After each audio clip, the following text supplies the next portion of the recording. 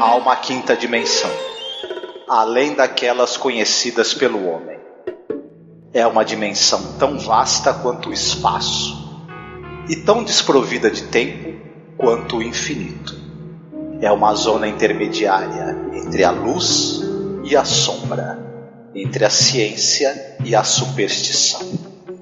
E se encontra entre o abismo dos temores do homem e o cume dos seus conhecimentos. É uma dimensão da fantasia, uma região além da imaginação.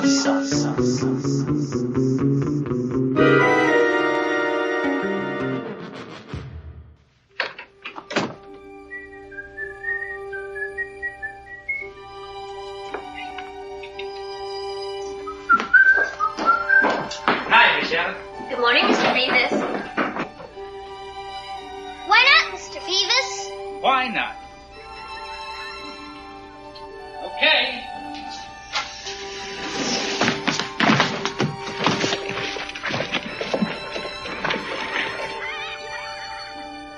Olá, ouvinte! Seja bem-vindo à nossa Zona do Crepúsculo. Eu sou a Angélica. Eu sou o Marcos. E aqui está o feliz senhor Alexandre Nerdmaster. Alexandre, que é o verdadeiro Mr. Beavis da podosfera, né, Alexandre? Nossa, assim você me envaidece. Tá sempre alegre, nosso amigo. Good vibes total. Como esse episódio que a gente vai falar hoje. Episódio número 33, que é justamente Mr. Beavis, o nome dele.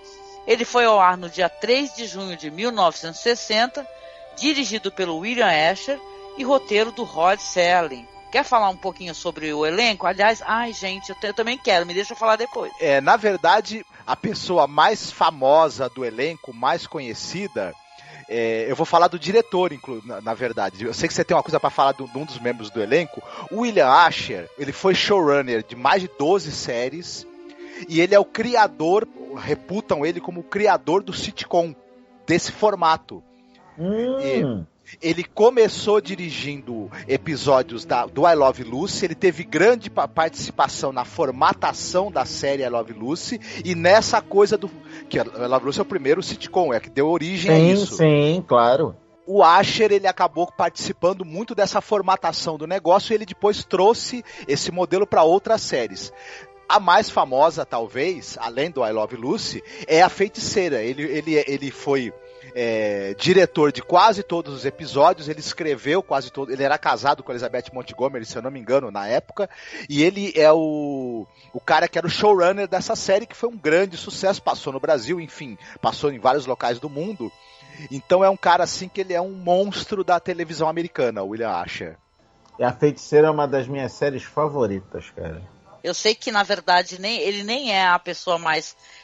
a atuação talvez mais interessante, né?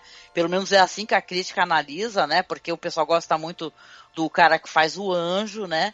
Nessa história. Inclusive o cachê dele era mais alto. Mas esse cara, que ele vai ser, assim, o Mr. Beavis, né? Que é o Orson Bean. Eu fiquei chocada da minha cara, porque eu sou fãzoca de Desperate Housewives, sabe? Assisti, reassisti quando estava na Netflix, nem sei se está. E aí eu descobri que ele era o senhorzinho, né, que é o Roy Bender lá da série, que era o que namorava a velhinha, saca? Que não sei se tu chegou a assistir, Alexandre, Desperate Housewives. Alguns poucos episódios, não foi uma série que me pegou muito, não. Ai, nossa, eu era louca pela série. Mas tu lembra de uma senhorinha que tinha na série, muito mal-humorada? Sim, uma senhorinha e um senhorzinho, um casal muito simpático. Isso, que é até muito bonito, assim, o desfecho deles, né? Na história. Eu gosto muito da série. E, cara, ele fez o senhorzinho. Cara, e quando eu vi, falei que eu não acredito, você tá de sacanagem, entendeu? Porque, claro, olha só onde é que eu fui descobrir, assistindo The Twilight Zone, da carreira do cara, né? E o cara tá vivo, esse senhor tá vivo, trabalhando até hoje, né? Ele tem filme em pós-produção, né? Que ele tá participou, inclusive, recentemente do Protetor 2, né? Então, é um veterano mesmo, assim, da atuação que tá aí até hoje, né? É mó raro a gente falar, às vezes, de elenco de The Twilight Zone e a galera ainda tá viva, porque é muito antigo, né? 59, 60, Sim. então... O ator é o Harry Jones, que fez o personagem J. Hardy Hempstead, que é o anjo. Uhum. Ele é o vendedor de bicicleta do Butch Cassidy. Sim! Sim!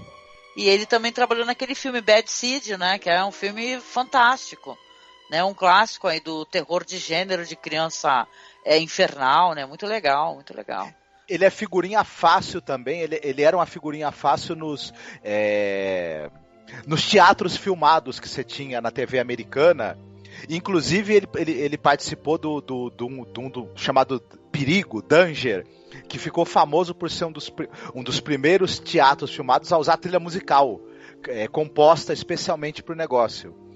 Então ele é um cara assim, com uma carreira muito longa e muito importante na televisão, participou de muitos, né, episódios de séries de teatro filmado e de muitas séries e filmes, enfim.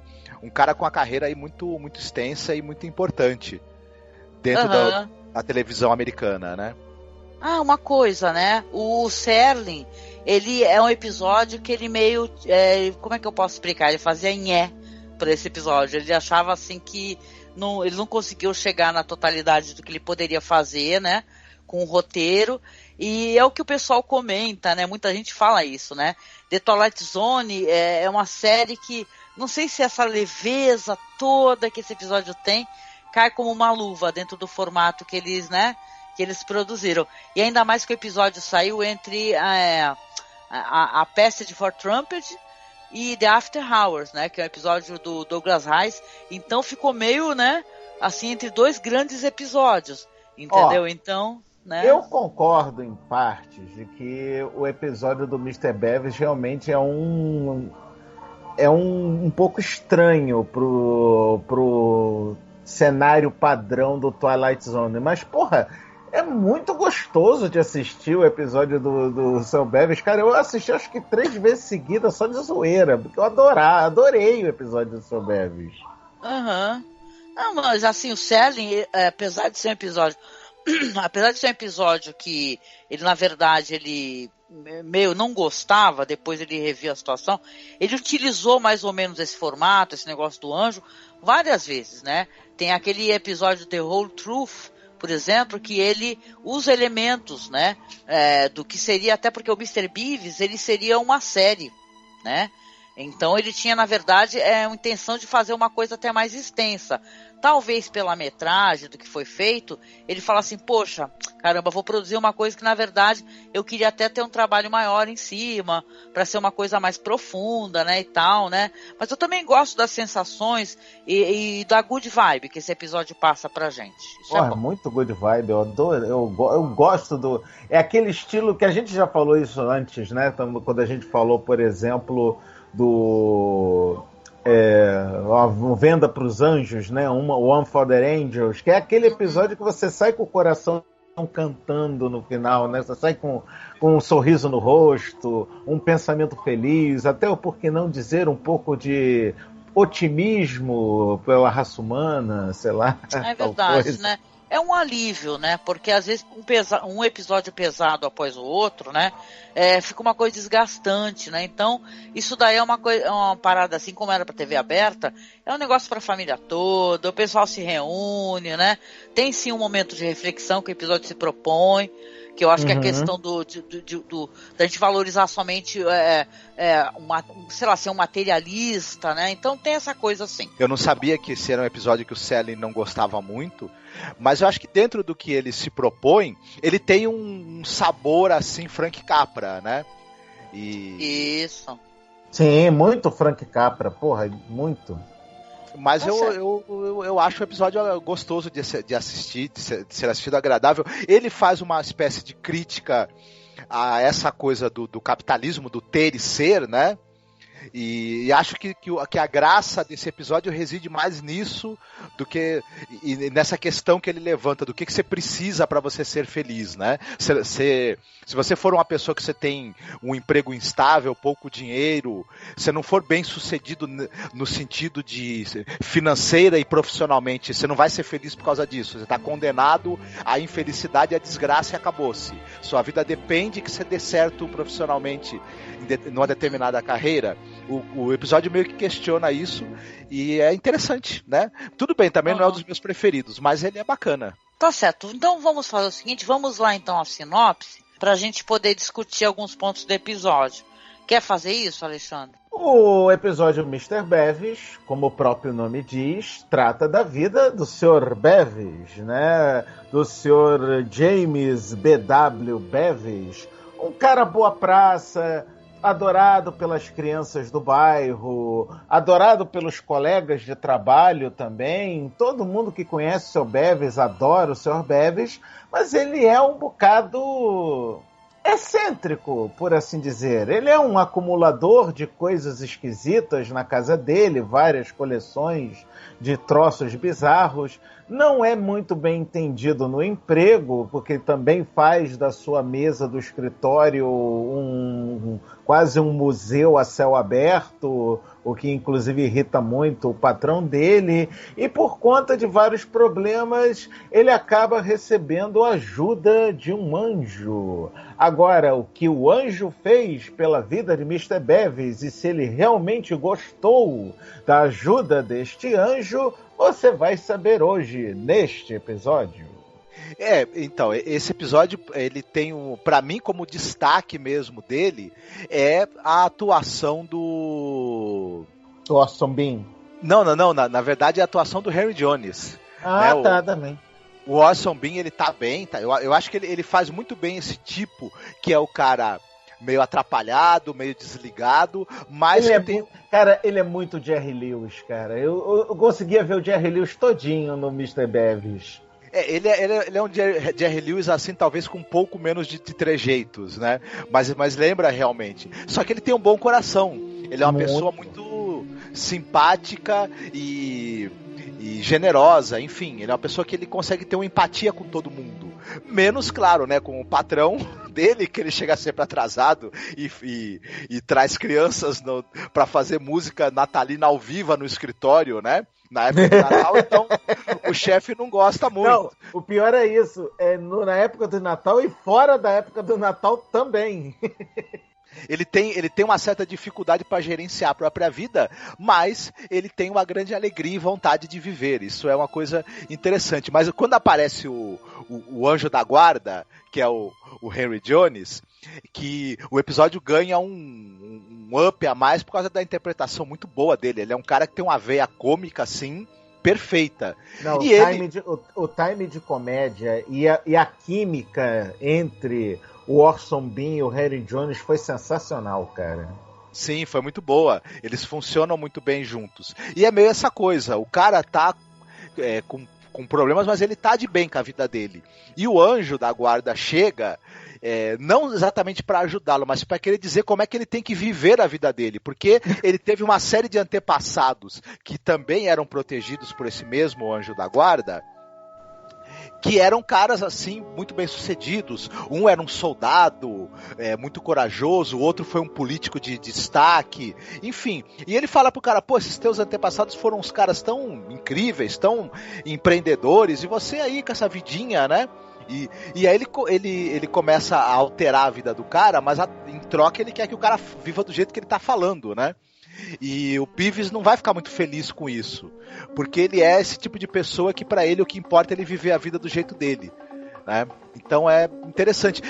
Tem muitos paralelos com filmes aí, talvez da época. Você tinha essa coisa de valor, você tinha muito essa coisa desse discurso anos 50, 60, pós Segunda Guerra, que a economia americana estava muito bem.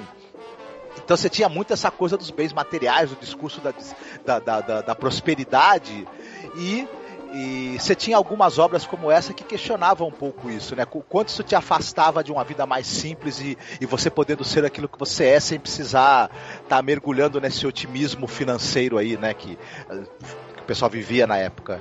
É a dicotomia entre ser feliz ou ser bem-sucedido, né? Pois é. É bem o que o Marcos falou, né? Ser e ter, né? Eu gosto desse tom que o episódio tem, que é um tom que ele... se você coloca ao lado, por exemplo, daquele outro que a gente já gravou, que é a parada em Willoughby, né? Que tem um tom muito pesado no episódio. Uhum. O episódio a gente teve que fazer, inclusive, aviso de gatilho, né? Por causa do desfecho. Ele é um episódio que, para alguém que está entendendo ali a rotina do Rod Serling, né? Que era um cara que trabalhava primeiramente com publicidade, depois começou a escrever esses episódios, né? Fazer TV ao vivo, né? Teatro filmado. E aquela concorrência e patrocinadores, é uma coisa interessante. Ele quer ter o olhar para essa coisa mais simples da vida, né? Porque o Beavis, o dia dele é ele descer as escadas, ele pegar o cachorrinho e abraçar, dar bom dia para a vizinha, depois descer pelo corrimão, né? Que ele cai até de bunda, né? No chão lá para fora. Não só cai de bunda, mas ele sai cambalhotando pra frente até chegar no... Ele sai tomando, né, quase uns caixotes ali, né, invisível, né? Então, aí ele claro, ele é mal visto ali pela senhoria, né?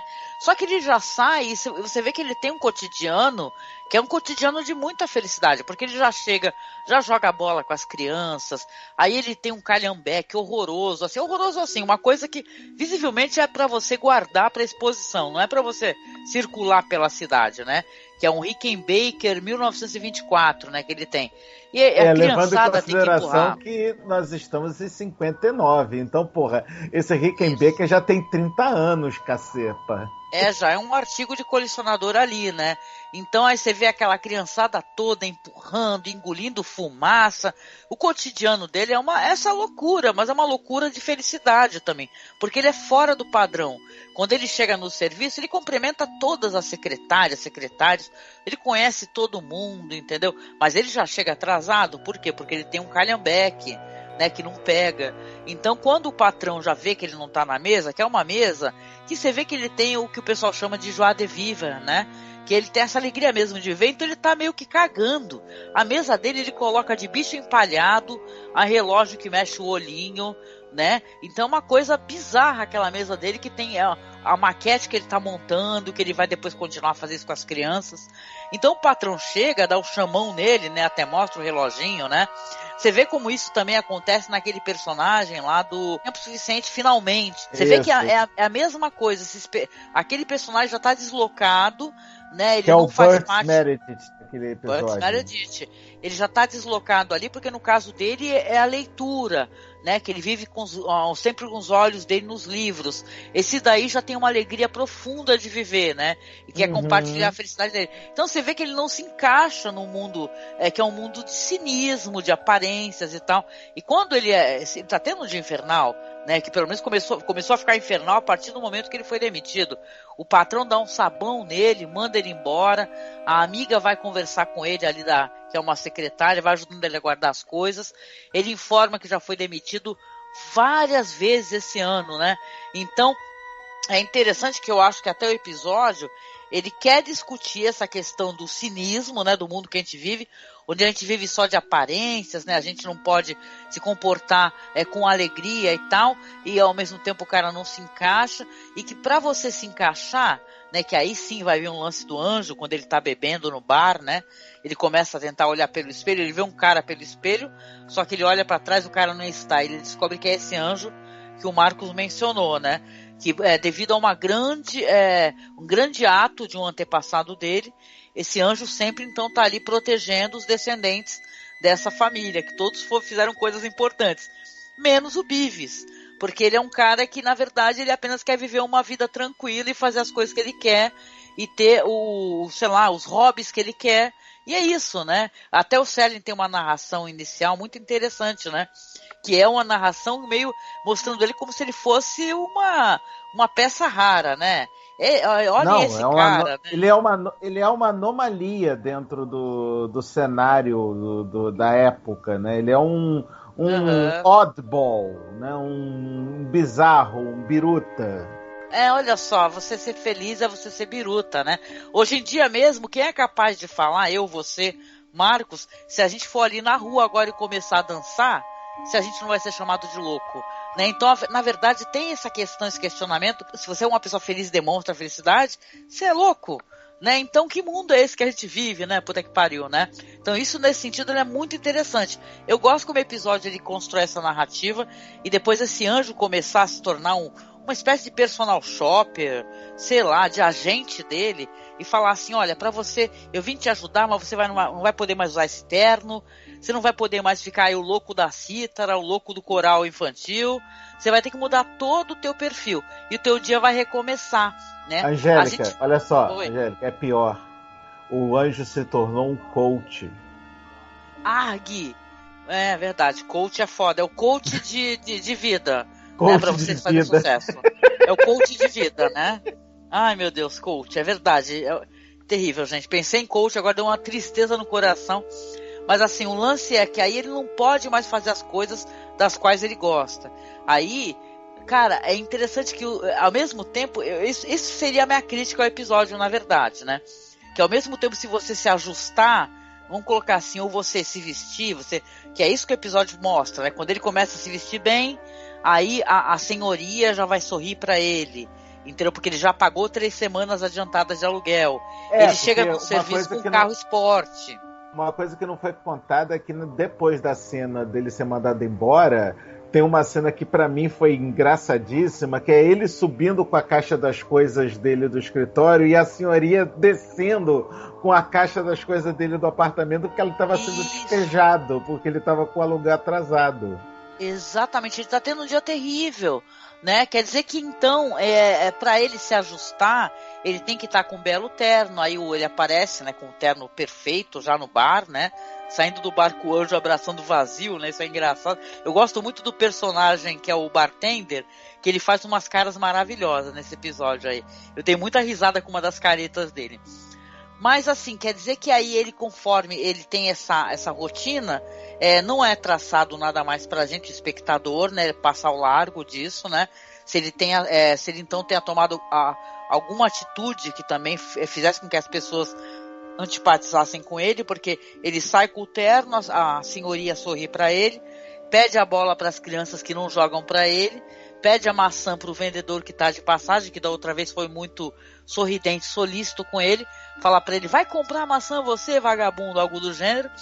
Então, ao mesmo tempo que parece que o episódio é meio dúbio nesse sentido pra mim, entendeu? Eu achei esquisito, assim, que se você também tiver padrãozinho, você automaticamente já é uma pessoa que é antipática, ou é uma pessoa que não... Né? Olha só, o que eu entendi nessa cena é o seguinte, eu vou inclusive pedir a opinião do Marcos logo em seguida.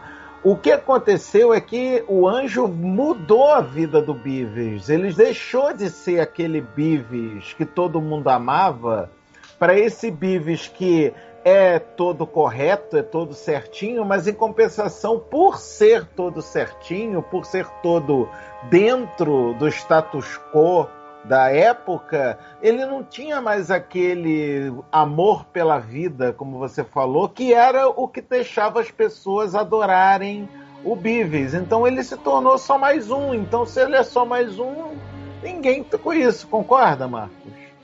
Pois é, as pessoas que não tinham nenhuma relação comercial com ele deixaram de reconhecê-lo ou de gostar dele. E as pessoas que tinham alguma relação com ele que envolvia dinheiro, que seria o patrão, a dona do apartamento que ele aluga, aí começaram a gostar dele. Inverteu, né? A polaridade do cara completamente. Não, gente, mas não é isso que eu falei, tá? Vou tentar me expressar melhor, tá? O episódio, ele passa ao largo disso tudo, né? A única transformação que ele tem é a transformação visual, porque ele tem um terno bom. No caso, a material que seria ali, ele tem um veículo bom para ir para o serviço dele, né? E aí, a partir do momento que ele tem as coisas, o episódio não mostra se na atitude dele, nessas atitudes que sim foram desenhadas pra gente, enquanto espectador, se não houver essas atitudes. É isso que eu acho estranho. Talvez esse episódio, pra mim, o vácuo que ele deixa é nisso, né? Que é um bom episódio, divertido, questiona as coisas certas, né? Quero deixar isso bem claro, mas ele não é esclarecedor nesse sentido. Ele é dúbio, entendeu? Quer dizer que se eu tenho uma boa roupa, tá, eu, Angélica, né? Eu saio com um bom vestidinho, bonitinha, eu sou padrãozinha, eu automaticamente não sou uma boa pessoa, então isso daí também é de se questionar, né? Talvez por isso o Serling também tivesse questões em relação a esse episódio, que na verdade seria um projeto, que ele queria fazer uma série para poder se aprofundar nisso daí, né? E acabou virando apenas um episódio, entendeu? Ele recorreu novamente a esse mesmo formato em outros roteiros, né? Que ele escreveu, né?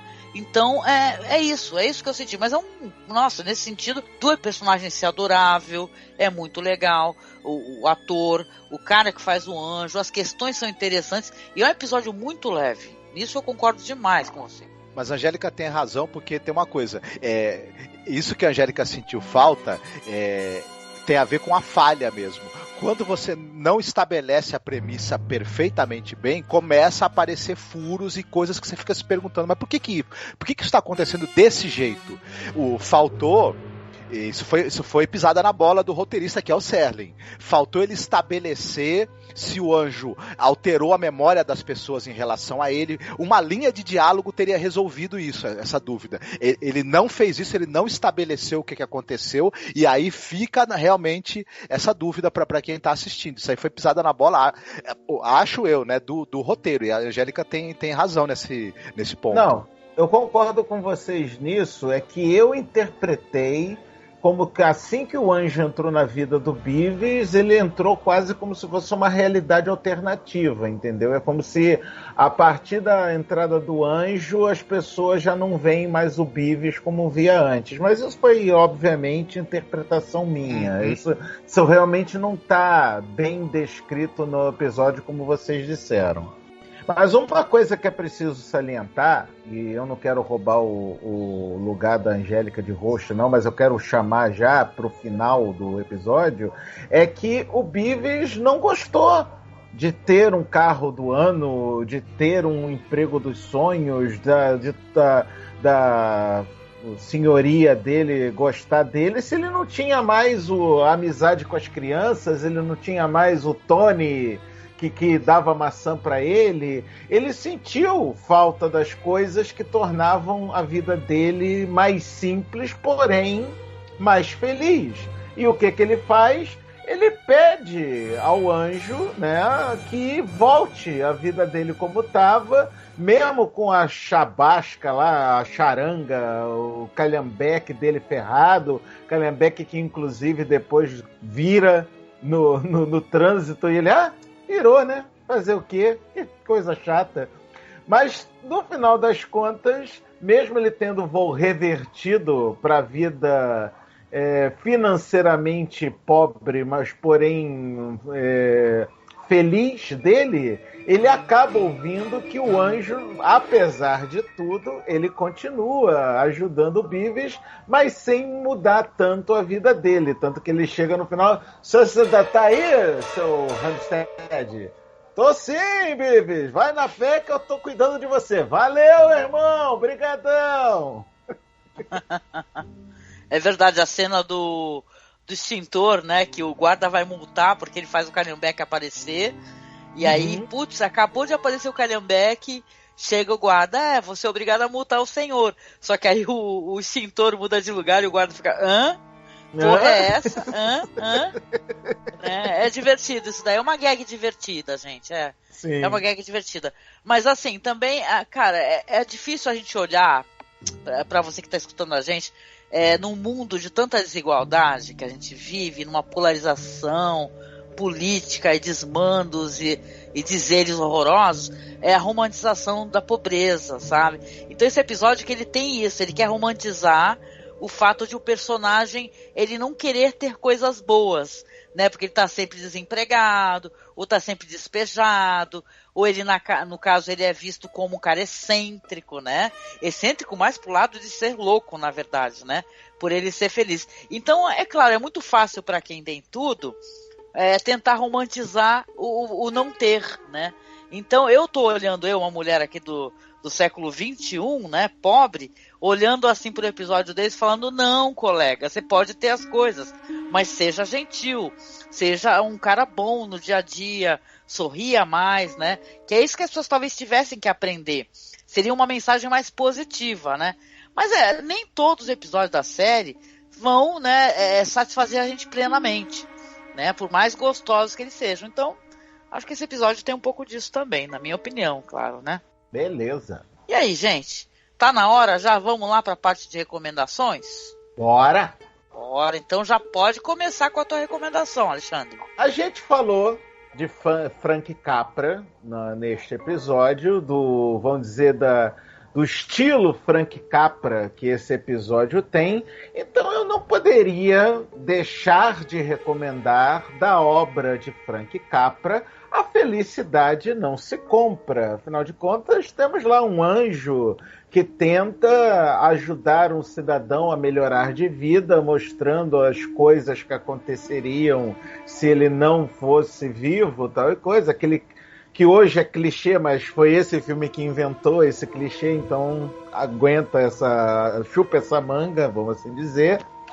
E uma coisa que o Mr. Beavis me lembrou muito, cara, principalmente nesse sentido de que o cara é duro de dinheiro, mas é feliz de vida, ele me lembra muito o Zé Carioca nos quadrinhos Disney daqui do Brasil, que se você nunca leu Zé Carioca de quadrinho brasileiro, é aquele malandro, mas o malandro que não é malandro de enganar os outros, não, ele é só malandro no sentido que ele tenta levar a vida, às vezes fazendo um trambique ou outro assim, mas sem a intenção de ser criminoso, é mais no sentido de tentar sobreviver, no melhor estilo Seu Madruga, vamos assim dizer. Então essas são minhas duas recomendações: A Felicidade Não Se Compra, de Frank Capra, e os quadrinhos de Zé Carioca, que você pode encontrar em qualquer boa banca de jornal da sua cidade.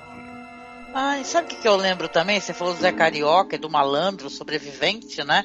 Eu lembrei muito daquele desenho lá que no original o nome era Top Cat.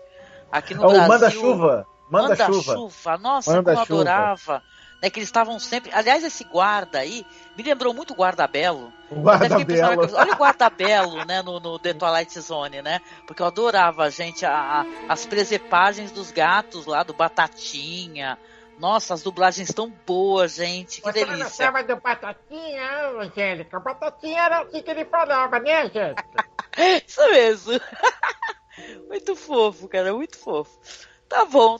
Vamos lá, então. E você, Marcos? Qual seria a sua recomendação? Vou fugir completamente do clima leve, que é o Na Natureza Selvagem, Into the Wild. Muito bom. Muito bom. Filme do Xambin. Desculpa, um filme dirigido pelo Champagne, né? Eu já tava querendo saber onde é que ele tinha morrido de novo, o Xambin, tadinho. Né? Com Emily Hirsch no papel principal, tem uma trilha sonora absolutamente maravilhosa do líder lá da banda Pearl Jam, que é o Ed Vedder, né? Uhum. E o filme é uma ode a essa, e ele discute muito essa questão do ter e ser, né? Ele é baseado numa história real de um rapaz chamado Christopher McCandless, cuja família pretendia que ele fosse estudasse, fizesse direito, se tornasse um excelente advogado, muito bem sucedido financeiramente, seguindo a tradição ali da família, e o cara tem outras ideias na cabeça, ele não quer acumular bens materiais nem coisas, ele quer acumular vivências, experiências e conhecer pessoas que sejam interessantes e por quem ele possa ter, que possam trazer para ele um outro tipo de valor e de patrimônio, né? Muito diferente do que os pais planejam para ele. Então, e o filme também é muito lúcido também em questionar os limites também desse sonho que o McCandless tem, até porque a história real dele teve um final até certo ponto trágico. Então, é um filme belíssimo, vale muito a pena ver e vale muito a pena também embarcar nas reflexões que esse filme traz. Muito bem. E a senhora, Madame Dona Angélica Relas, qual seria a sua maravilhosa recomendação? Então, só lembrando aí que o Marcos fez uma recomendação, que a gente tem um maravilhoso e insensado podcast sobre a natureza selvagem, tá? Com toda a trilha, tá? Um podcast enorme, onde a gente fez muitas reflexões, tá? Então vale a pena conferir, vai ficar linkado aí na publicação. Bom, minha recomendação, eu vou ter que recomendar alguma coisa do Frank Capra também, né? Eu acho que não tem muito como fugir disso, né? Porque esse personagem, ele me lembra muito o Mr. Deeds, né? E tem o galante Mr. Deeds, né? Que é a Mr. Deeds Goes to Town, né? Que é um filme do Capra que não sei se ele é tão famoso quanto, por exemplo, Felicidade Não Se Compra, porque ele é um filme de Natal, né? Todo Natal muita gente assiste, é até uma tradição, né, para as pessoas, né? Assistir o Felicidade Não Se Compra. Mas ele tem uma história justamente bem parecida com isso daí, de certa maneira, que é um cara que ele acaba herdando uma grande fortuna, né? Só que ele é um cara de vida muito simples, né? Ele vive num vilarejo ali chamado, acho que é Mandrake Falls, e ele herda ali 20 milhões, né? Que nessa época eu acho que 20 milhões era dinheiro para você queimar dinheiro, que hoje em dia, né? Olha só que interessante quando você analisa, né, uma herança.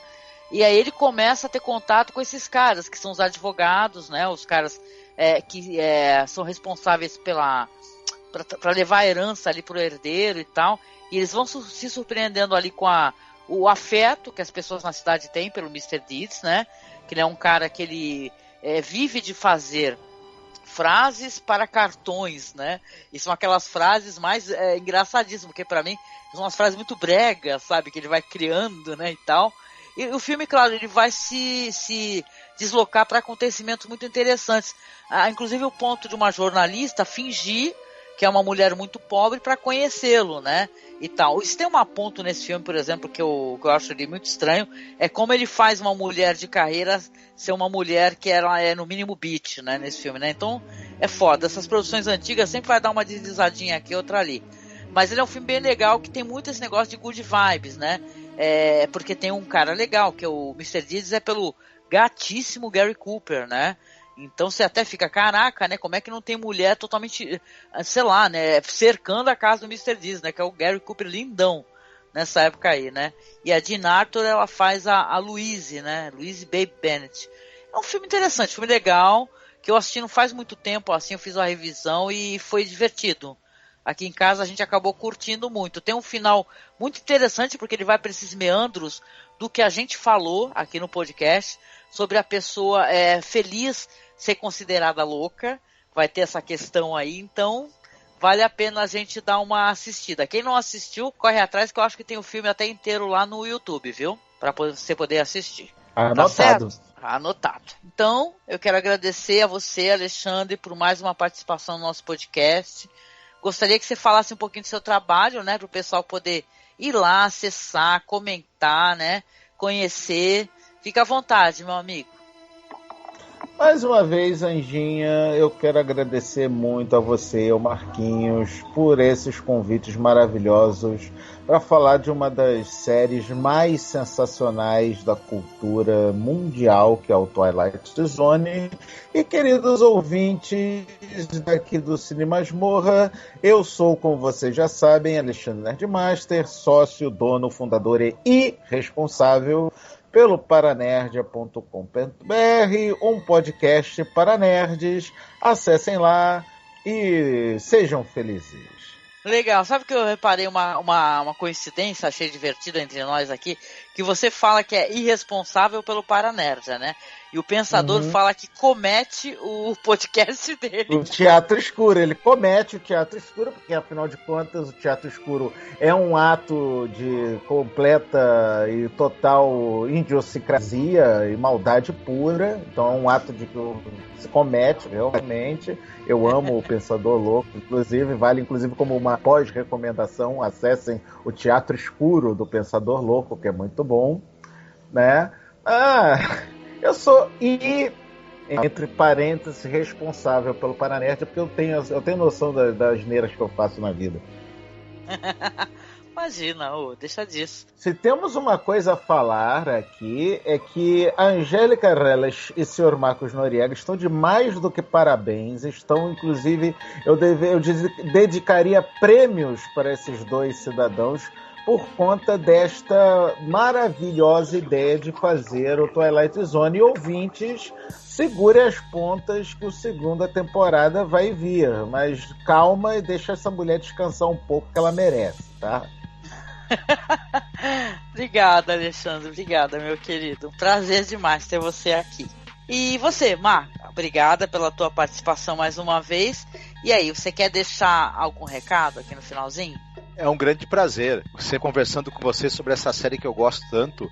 E dessa vez é uma frase que não é minha, não, é do Zé Ângelo Gaiarsa, que ele diz o seguinte: personalidade é uma coisa que é melhor você ter um pouco a mais do que ter um pouco a menos, né? Ui, muito chique. Vou ficar pensando nisso agora, gente. Obrigada, meu amor. E você, ouvinte, obrigada por você nos acompanhar até o finalzinho aqui desse podcast. Seja escutando pelo feed, seja acompanhando pelo YouTube, tá? Eu tô lá vendo os comentários de vocês no YouTube.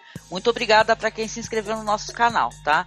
Convido vocês que estão escutando, para poder curtir as nossas páginas, tá? Lá no Facebook é Masmorra Cine, e também tem Além da Imaginação, que é a página que eu criei para o podcast, e lá estão todos, né, os vídeos das temporadas, todos os episódios.